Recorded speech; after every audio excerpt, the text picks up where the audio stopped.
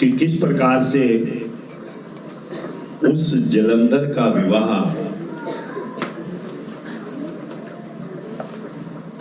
राक्षसों के गुरु शुक्राचार्य वृंदा के साथ बड़े धूमधाम से किया। एक समय की बात है कि जलंधर अपनी स्त्री वृंदा सहित अपनी सभा में बैठा हुआ, तभी गुरु शुक्राचार्य वहां पहुंचे। उनके तेज से सब दिशाएं प्रकाशित होने लगी। सागर पुत्र ने उठकर बड़े आदर से उन्हें प्रणाम किया। जलंधर ने प्रणाम किया, गुरुजी ने सबको आशीर्वाद दिया। फिर उनको एक दिव्य आसन पर बैठाकर सब दैत्य भी अपने अपने स्थान पर बैठ गए। देवताओं से पराजित होकर जो दैत्य पहले पाताल में रहते थे, वो भी जलंधर का आश्रय लेकर निर्भय होकर पृथ्वी पर आ गए। एक बार राक्षस जलंधर ने राहु के सिर को कटा हुआ देखकर उसके कटे का कारण पूछा, शुक्राचार्य से पूछा। शुक्राचार्य ने देवताओं के द्वारा समुद्र मंथन की कथा सुनाई।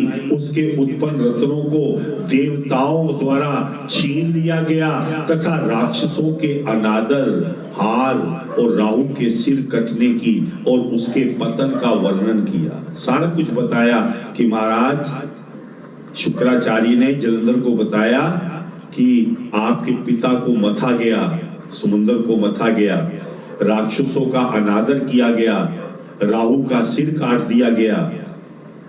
यह सुनकर जलंधर बड़ा क्रोधित हो गया। उसने अपने दूत को भेजा कि जाओ। दूत गया इंद्र के पास। इंद्र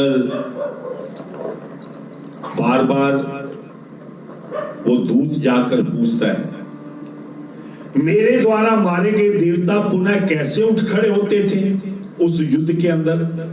सभी को पता चला कि संजीवनी विद्या उनके पास है, देवताओं के पास एक संजीवनी विद्या है।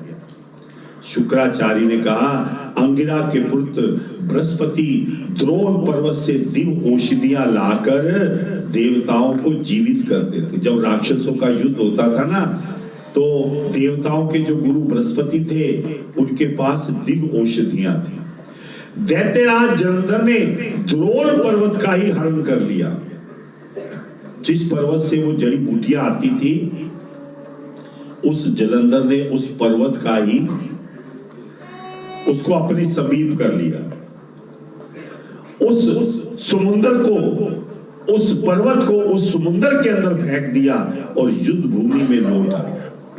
इसके बाद जब युद्ध में देवता मारे गए, उन्हें देखकर बृहस्पति द्रोण पर्वत पर गए और वहां पर देखा कि वो तो पर्वत ही नहीं है, वहां पर पर्वत है ही नहीं। जब उसे ज्ञात हुआ कि जलंधर ने द्रोण पर्वत का हरण कर लिया है, तो बृहस्पति भय से व्याकुल हो गए। अब देवताओं का क्या होगा? पहले तो मैं उस द्रोण पर्वत से जड़ी बूटी लाता था, देवताओं को देता था, पुनः जीवित हो जाते। यह दैत्य रुद्र के अंश से पैदा हुआ है, अतः इसे पराजित नहीं किया जा सकता। ये इंद्र के ही उपद्रव से उत्पन्न हुआ है, इंद्र को ही उस उपद्रव का परिणाम भोगना पड़ेगा। सब देवता दैत्य द्वारा मारे जाने के भय से दसों दिशाओं में जाकर छुप गए, भाग गए। भागता देखकर समुद्र का पुत्र जलंधर दैत्य रथ भेरी और जय जयकार का शब्द करता हुआ अमरावती में प्रवेश कर गया। इंद्र के सिंहासन के ऊपर चढ़ गया। इंद्र को भी जीत लिया उसने।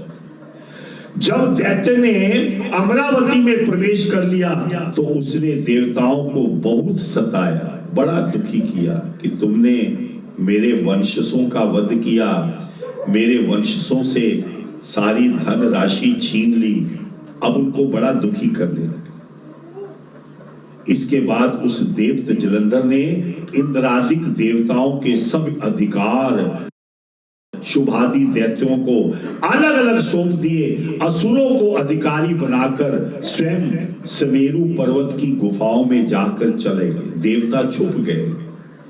नारद जी ने कहा, जलंधर राक्षसों को गुफाओं की ओर आता हुआ देखकर इंद्र सहित सभी देवता ऐसे कांपने लगे और भगवान विष्णु की स्तुति करने लगे। बात वहीं पर आ गई। दुख आया तो भगवान का द्वारा याद आ गया। इंद्र भी जब सुखी था उसको याद नहीं आता था। आज देवताओं के ऊपर आपत्ति पड़ी, राक्षसों ने अपना अधिकार जमा लिया। अब क्या हुआ, चलो भगवान के पास चलते हैं, वही इसका कोई रास्ता निकालेंगे।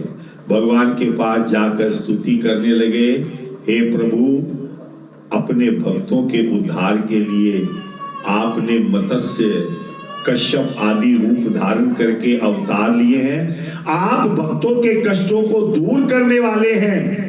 हम आपको बारंबार नमस्कार करते हैं। आप ब्रह्मा विष्णु और शिव रूप धारण करके,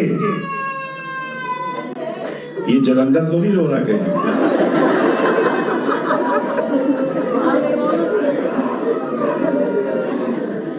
आपने सबकी पालना की है। आप अपने हाथों में गदा, शंख, पद्म, चक्र को धरा करते हैं। आपके ऐसे रूप को हम प्रणाम करते हैं। लक्ष्मी के प्यारे, असुरों को कष्ट करने वाले, गरुड़ की सवारी करने वाले, पीतांबरधारी, यज्ञ आदि क्रियाओं को सफल करने वाले, विकृत करने वाले, शरणागत की रक्षा करने वाले प्रभु, मैं आपको बारंबार प्रणाम करता हूं। हे प्रभु, आप दैत्यों द्वारा सताए गए मनुष्यों के दुख रूपी पहाड़ को ध्वस्त करने वाले हैं। आप ब्रज रूप हैं। शेषनाग की शैया पर आप शयन करते हैं। आपके दोनों नेत्र सूर्य और चंद्रमा के समान हैं।